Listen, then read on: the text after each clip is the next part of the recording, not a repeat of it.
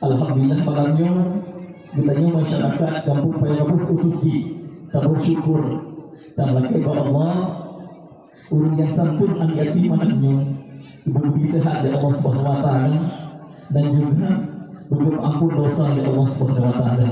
Amin ya rabbal alamin. Ma tiga pesan dan ejek kamu bina matiga.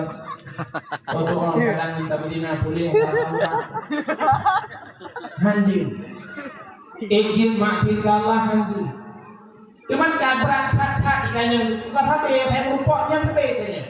Tengku ejek kamu bina berkenawak tengku apa yang ejek cinta. Menyokak sampai hanabi sekali oleh Allah Taala. Nah ini dia kamu. Nah tempat yang hanabi sekali oleh Allah ini. Hana. Syarat yang kedua. Zam berpancarlah itulah disebut dengan izam-zam makhluk. Najib idam-dam yang dihajar, najib idam-dam yang oleh Nabi Allah Ismail.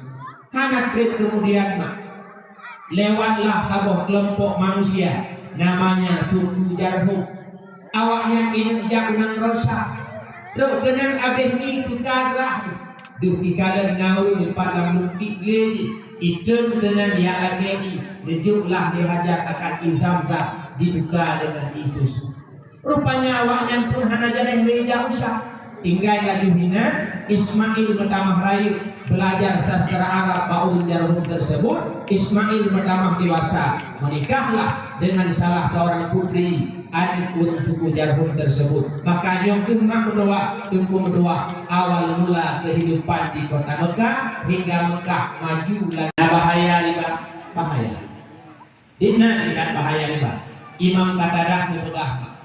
Inna ajilar riba yu'atu yawmal qiyamah majnun.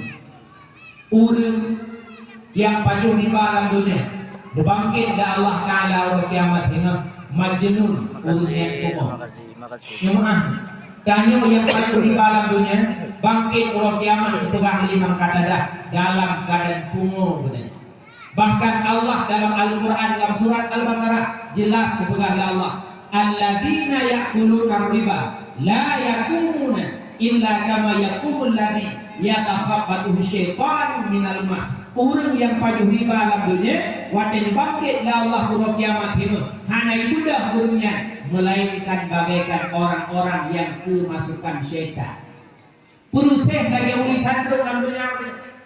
Pernah kalian dulu kita mengijin, orang kita mengijin dalam hidupnya lewat P3K. Ya. Hawa dengan nah hawa betul-betul hajat dan cita-cita oleh Allah Ta'ala. Hawa ngen ayah betul. Ngen ayah betul. Menyolang uripnya boleh betul hajat dan cita-cita. Dile mak bertuah tunggu bertuah. Nah dilo anak muda. Nama anak mudanya kiamat. Tuan kiamat mereka bu. Bu kiamat hari-hari dia saya kabur mahurah bodoh anak lain bu. Jok ke kawin babineh hidup kumawin.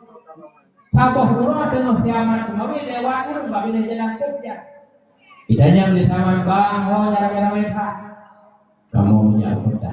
Pacaran sama di kota rame-rame tak balu ha. Dan lupa cerita 7 huruf 7 malam menyoi ketukar cerita hadiah itu kawin dengan raja.